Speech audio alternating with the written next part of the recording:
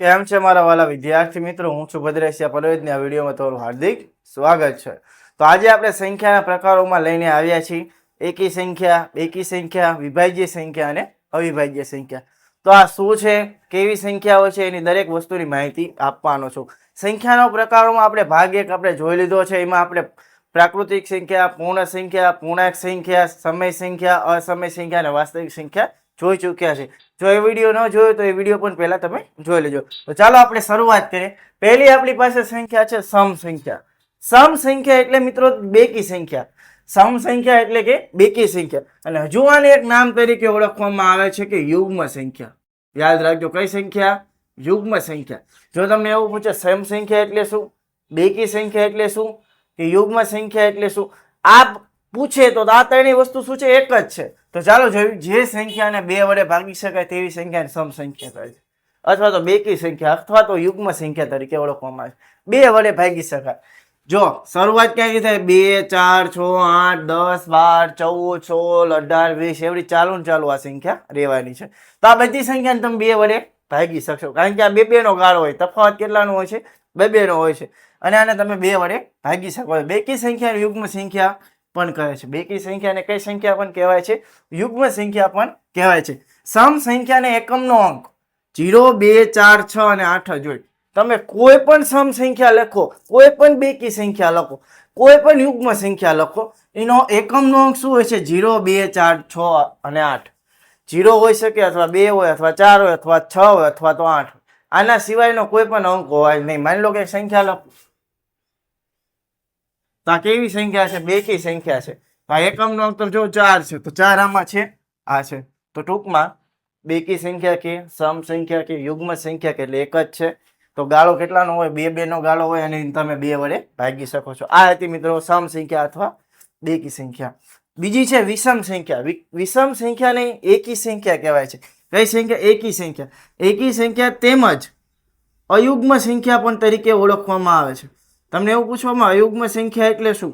તો પણ એ કેવી છે? વિષમ સંખ્યા. એકી સંખ્યા અયુગ્મ સંખ્યા કે તો એ કેવી સંખ્યા હોય? એકી સંખ્યા.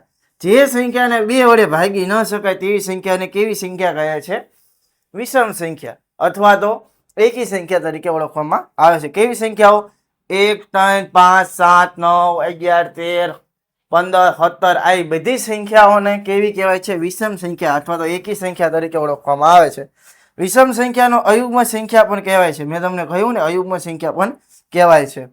વિષમ સંખ્યાનો એકમનો અંક હંમેશા 1, 3, 5, 7 અને 9 જ હોય. કયો અંક હોય? 1 અથવા 3 અથવા 5 અથવા 7 અથવા તો 9 જ હોય. કોઈ સંખ્યા લખું તો અહીં તમે જો એકમનો અંક શું છે? 7 છે. તો આમાં હોય જ તે. તો આવી સંખ્યાને કેવી કહેવાય છે?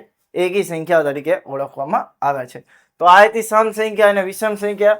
વિષમ સંખ્યાને 3 નામ છે, સમ સંખ્યાને કેટલા નામ છે? 3 નામ છે. અને 3 નામ મિત્રો તમારે યાદ રાખવાના છે.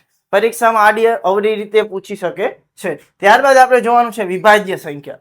વિભાજ્ય એટલે ભાગ પડે. અહીં હું સાઈડમાં લખી દઉં, ભાગ પડે. અને અવિભાજ્ય એટલે ભાગ ન પડે.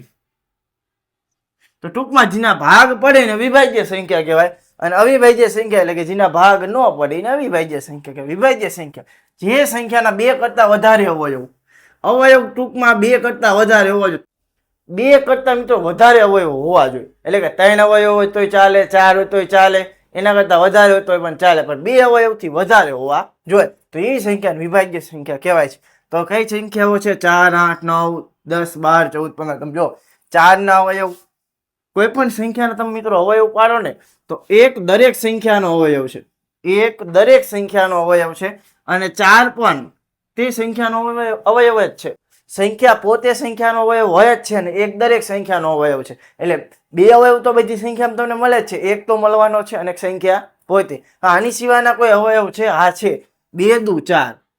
2 દુ 4 આપણે ભાગી શકીએ એટલે 4 નો અવયવ શું પડે? 4, 1 અને 2. આ 3 અવયવ 4 ના છે. એટલે 2 કરતા વધુ અવયવ છે. તો આને કેવી કહેવાય? વિભાજ્ય સંખ્યા. એટલે 2 કરતા વધુ અવયવ હોય તે દરેક સંખ્યાને વિભાજ્ય સંખ્યા તરીકે આપણે ઓળખશું. નાનામાં નાની વિભાજ્ય સંખ્યા મિત્રો 4. યાદ રાખજો, નાનામાં નાની વિભાજ્ય સંખ્યા તમને એવું પૂછવામાં આવે તો કઈ છે? 4 છે. નાનામાં નાની એકી વિભાજ્ય સંખ્યા તો 9. કારણ કે જો આ સંખ્યા કેવી છે? એકી સંખ્યા છે. કેવી સંખ્યા છે? એકી સંખ્યા છે. તમે જોઈ શકો 9 એકી સંખ્યા છે, કારણ કે આમાં એનો એક અંક આવે છે અને 9 ના અવયવ શું છે? એક સંખ્યા પોતે 9 અને 3 3 તેરી 9 થાય ને એટલા માટે. તો આ વસ્તુ એક તમારે યાદ રાખવાની છે. સૌથી નાની વિભાજ્ય સંખ્યા 4 છે, મેં તમને કહ્યું ને એ રીતે. 1 થી 100 સુધીમાં 74 વિભાજ્ય સંખ્યા મળે છે. કેટલી? 1 થી 100 સુધીમાં 74 વિભાજ્ય સંખ્યા મળે છે. આ આંકડો પણ આપણે યાદ રાખશું. ત્યારબાદ છે અવિભાજ્ય સંખ્યા. આના કરતા ઉલટું, કે જેના બે જ અવયવ હોય. જે સંખ્યાના માત્ર બે જ અવયવ હોય, એટલે કે એક અને સંખ્યા પોતે. એક અવયવ તો બધી સંખ્યામાં હોય જ તે, સંખ્યા પોતે, તો એવી સંખ્યાને વિભાજ્ય સંખ્યા કહે છે. ઉદાહરણ તરીકે 2, 3, 5, 7, 11, 13, 17, 19. તમે આમાં કોઈ સંખ્યા લો 3, 3 ના ભાગ પડો, 3 એકા 3, બીજા કોઈ ભાગ પડવાના નથી, પડવાના પડે જ નહીં. તો આ કેવી સંખ્યા? અવિભાજ્ય સંખ્યા. બે લો સંખ્યા, 2 એકા 2, એક તો બધામાં હોય જ તે અવયવ અને સંખ્યા પોતે, તો બે જ અવયવ મળે છે. તો આવી જે સંખ્યા કે જેના બે જ અવયવ મળે, 19 લો, આપણે 19 જોયું, 19 એકા 19, 1 અને 19 સંખ્યા પોતે અને એક તો અવયવ હોય જ તે. તો આવી જે સંખ્યા કે જેના બે જ અવયવ છે, એવી સંખ્યાને અવિભાજ્ય સંખ્યા કહેવાય છે. બીજી એક વસ્તુ યાદ રાખો, સૌથી નાનામાં નાની અવિભાજ્ય સંખ્યા જો તમને પૂછે તો કઈ છે? 2. નાનામાં નાની અવિભાજ્ય સંખ્યા 2. નાનામાં નાની બેકી અવિભાજ્ય સંખ્યા પૂછે તો પણ 2, કારણ કે આ બેકી સંખ્યા પણ છે. હવે એવું પૂછે નાનામાં નાની એકી અવિભાજ્ય સંખ્યા, તો 3. ત્યારબાદ બીજું પણ પૂછી શકે, 1 થી 25 સુધીમાં કેટલી અવિભાજ્ય સંખ્યા આવે? તો કે 9. 1 થી 25 સુધીમાં 9 અવિભાજ્ય સંખ્યા આવે છે. 1 થી 50 સુધીમાં કેટલી? 15 અવિભાજ્ય સંખ્યા આવે છે. 1 થી 100 સુધીમાં 25 અવિભાજ્ય સંખ્યા આવે છે. 1 થી 1000 સુધીમાં મિત્રો 159 અવિભાજ્ય સંખ્યા આવે છે. કેટલી? 159 અવિભાજ્ય સંખ્યા આવે છે. આ માહિતી પણ આપણે યાદ રાખવાની છે. ત્યારબાદ જો એવું પૂછે 2 અંકની જો મોટામાં મોટી કોઈ અવિભાજ્ય સંખ્યા હોય, 2 અંકની મોટામાં મોટી અવિભાજ્ય સંખ્યા કઈ છે? 97 છે. 2 અંકની મોટામાં મોટી અવિભાજ્ય સંખ્યા કઈ છે મિત્રો? 97 છે. આ પણ તમારે યાદ રાખવાનું છે. તો આ હતી મિત્રો સંખ્યાના પ્રકારો: એકી સંખ્યા, બેકી સંખ્યા, વિભાજ્ય સંખ્યા અને અવિભાજ્ય સંખ્યા. ફરી એકવાર, સમ સંખ્યાના કેટલા નામ છે? 3 નામ છે. સમ સંખ્યા, ત્યારબાદ બેકી સંખ્યા અને યુગ્મ સંખ્યા.